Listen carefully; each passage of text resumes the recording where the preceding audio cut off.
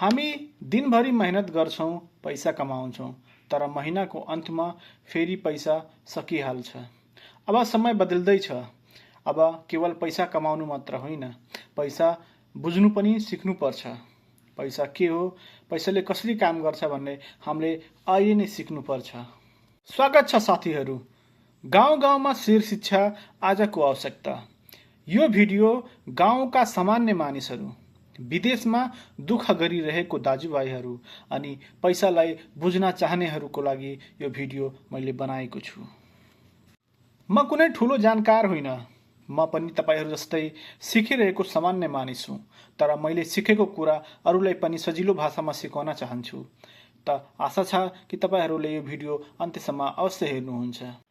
साथीहरू, आजको यो युगमा, आजको यो डिजिटल युगमा हैन, जुन हरेक मानिसको हातमा छ, प्रविधि हरेक मानिसको हातमा छ हैन, यो युगमा पनि अहिले हाम्रो गाउँघरको हैन मानिसहरू जुन अहिले पढे लेखेका छन् हैन, जुन पढे लेखेका छैनन् तिनीहरूले त कुरै नगर्नु, जुन पढे लेखेका छन् तिनीहरूले पनि यो शेयर बजार के हो हैन, यो पैसा के हो, पैसाले कसरी काम गर्छ, यो सबको ज्ञान के छ अहिले पनि अभाव छ।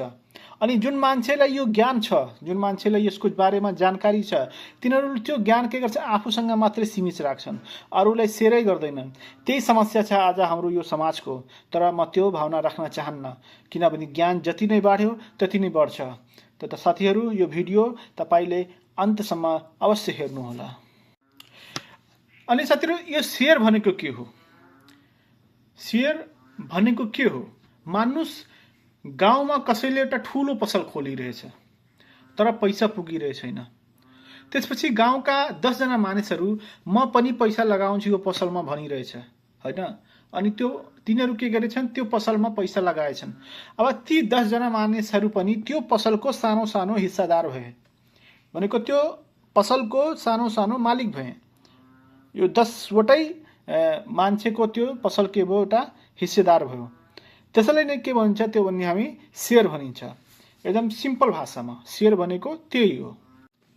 कम्पनीले, कुनै पनि कम्पनीले शेयर किन बेच्छ? ठुला कम्पनीहरूलाई बिजनेस बढाउन पैसा चाहिन्छ। त्यसले कम्पनीले जनतालाई भन्छ, तपाई पनि हाम्रो कम्पनीको हिस्सेदार बन्नुहोस्। त्यसैले गर्दा कम्पनीले के छ, शेयर इस्यु गर्छ। अनि साधारण मानिसहरू के गर्छन्, त्यो शेयर किन्छन्। त्यो शेयर किनेपछि ती साधारण मानिसहरू पनि त्यो ठुलो कम्पनीको एउटा सानो मालिक भइहाल्छन्, त्यो हिस्सेदार भइहाल्छन्। त्यही कारणले कम्पनीले के गर्छ, शेयर बेच्छ। जसरी अघि नैको जुन इक्जाम्पल दिएँ मैले हैन, एउटा कुनै गाउँमा कुनै मान्छे अगर जो पसल खोलिरहेछ, पैसा पुगेन भने 10 जनाले के गर्छन्, त्यसमा पैसा लगाउँछन्। त्यही आधारमा तिनीहरू के गर्छन्, ठुला कम्पनीले पनि के गर्छन्, जब पैसा पुग्दैन, अब कम्पनीले अरू अगाडि बढाउने हो, अरू ठुलो बनाउने हो भने के गर्छन्, तिनीहरूले शेयर इस्यु गर्छन् र साधारण मानिसहरूले के गर्छन्, शेयर किन्छन्। त्यो किनेपछि के हुन्छ, त्यो कम्पनीको तिनीहरू पनि सानो सानो मालिक बनिहाल्छन्। अब यो नेप्से भनेको के हो? नेप्से नेपालमा शेयर किनबेच गर्ने एउटा ठाउँ हो, जसलाई भन्छ हामीले नेप्से। अनि नेप्से जस्तै तरकारी बजारमा तरकारी किनबेच हुन्छ, जसरी हाम्रो लोकल बजारमा तरकारी के हुन्छ, किनबेच हुन्छ हैन।